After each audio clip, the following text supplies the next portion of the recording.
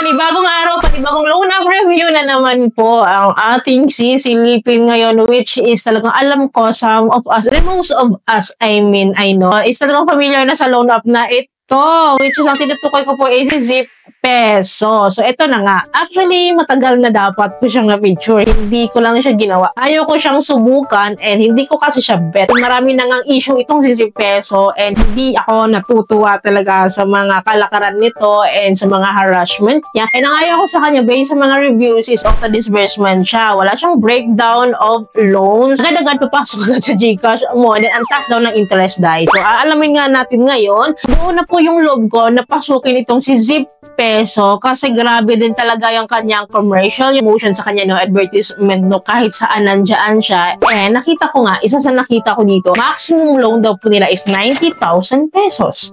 Fast, secure, reliable, and works 24/7. Ito yung gusto natin lahat. No salary slip, no income proof, no bank statement, no collateral. So, mag-a-apply na lang. Anyway, sa video na ito, isa-isahin natin, himay-himayin natin ano nga ba yung meron sa loan up neto, ano ang mga red flags na makikita natin dito, paano mag-apply dito, ano yung process niya, totoo ba talaga na auto-disbursement siya, totoo ba talaga na mataas yung interest rates niya. Kaya po si Zip Peso Online Cash Loan, under po siya ni Zip Peso Fintech. So, as I visited the SEC website, no, hindi ko siya mahanap. Wala siya. And I found out po na under pala siya ni Treasure Bowl Fintech Lending Corporation, which is ang kapatid niya po dito is si Wow Pera.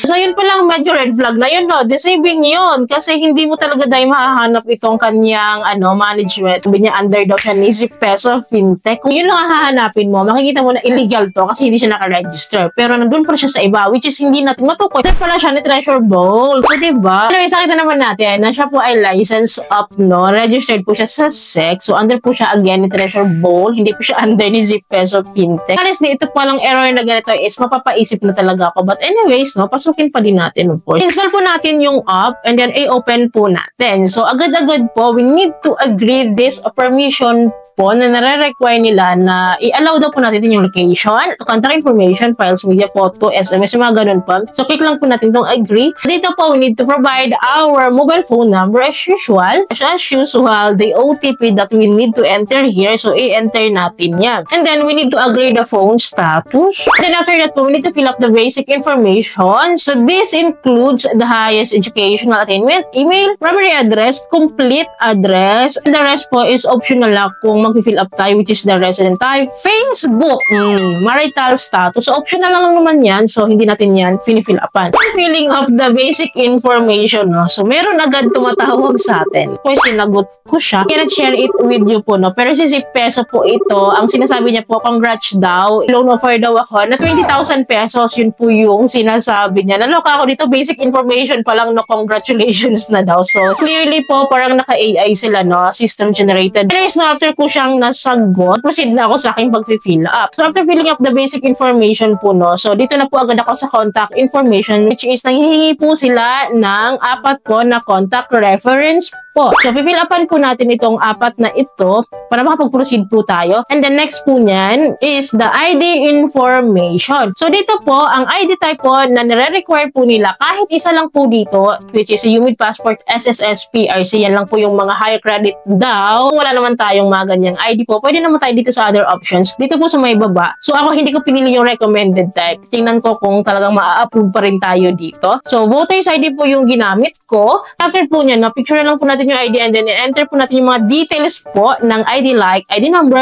last name, date of birth, gender. And then dito po sa baba nakalagay for higher credit limit po, no? But optional lang naman. So, dahil optional po yan, of course, hindi natin yan finifill upan. So, sa next step po is the payment method na. So, clearly, ito po yung withdrawal info po. So, we can choose kung e-wallet ba, bank card ba, or remittance center. Pero dahil kapag itong mga loan up po kasi talaga, sa e-wallet talaga ako nagpapadisperse, specifically sa akin Gcash account. Pili lang po natin itong Gcash and then fill up ko lang po itong account number po and then click lang po natin itong confirm. And then agad-agad po is the facial verification na. Sir dot, next time, nakalagay dito just a moment daw. Wait lang natin.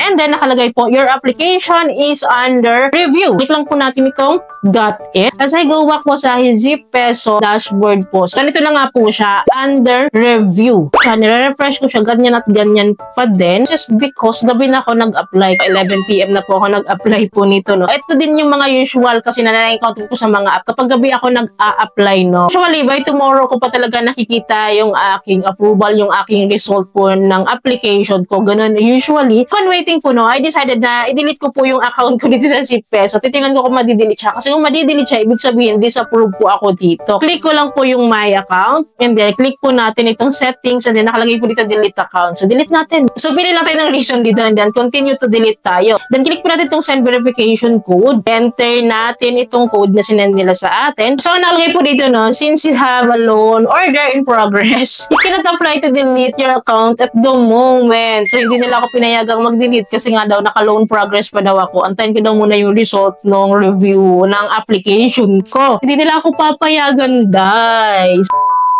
9 AM in the morning noon, nag-text sa akin si Zip Peso. Sabi ko, eto na nga yun. Visited the app agad-agad ay. Binisit ko yung app. So, nakalagay dito, meron daw akong offer po ng 1,200 pesos. Sabi ko, buti na lang, maliit lang yung offer niya sa akin. Mababa lang siya. And then nga po, meron siyang loan days po na 7 days lang daw. Nakalak pa itong 14 days ko, hindi ko pa siya ma-access. So, sa first timer, 7 days lang pala. Ang marireceive ko na lang daw po sa 1,200 po na niloan ko is 660 pesos. Ganun kalala siya, dai. So, for 7 days, ito lang marireceive ko. So, anyways, click natin itong repayment plan ko, no. So, may repayment amount daw po ako na kailangan ko ibalik sa kanila within 7 days na 1,199 pesos. So, nahiya pa kayo sa piso na winave nyo sa second term, ha. So, naloka ako sa inyo, dai. So, nakalagay po dito na meron daw po akong service fee na 540 pesos. Kung 540 pesos, i-minus natin sa 1,200. 660 na nga lang po talaga yung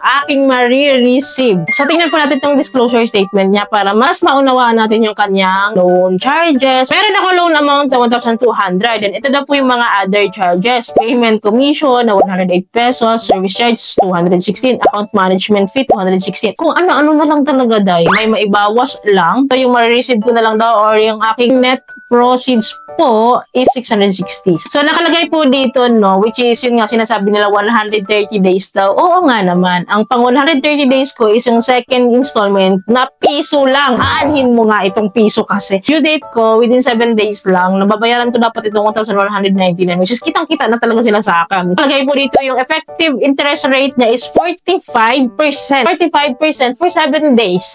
Yes! Napakataas. 7 days lang yun. 45%. Gugustuhin mo bang mag-loan sa ganito? Of course not. Definitely not. Hindi talaga. Hindi ko talaga papatusin tong ganito, di ba? Bonggang-bongga naman ito talaga. Hindi naman siya nakakatulong, nakakabone lang talaga siya ng utang. Anyways, dahil ayoko naman mag-loan dito at ayoko siyang patusin, punta tayo sa aking account at ipuproceed ko na, itutuloy ko na ang aking account deletion po. So, i-delete ko po yung aking account dito. Titignan natin papayagan tayo kasi kung papayagan tayo, ibig sabihin, hindi tayo nakapag-commit ng loan dito, hindi tayo na auto-disbursan dito. So, as you can see po, no, your account has been deleted. So, clearly po, wala akong obligation dito. Wala akong atraso sa Zip Peso. Hindi nag-auto-disburse sa akin. Gladly. Good news yon, ha. Hindi siya nag-auto-disburse sa akin kasi na-delete ko yung aking account. That's it and that's all for Zip Peso. Kung willing kang makatanggap ng parang kalahati na lang ng loan amount yung matatanggap mo, then go. Kung willing ka na within 7 days kailangan mo siyang bayaran, then go. So, pag-isipan mo ng paulit-ulit, pag-isipan mo ng mabuti kasi baka hindi ka matutuwa, baka ma-depress ka. Kasi ako talaga personally, ang dami kong red flag na na-discover dito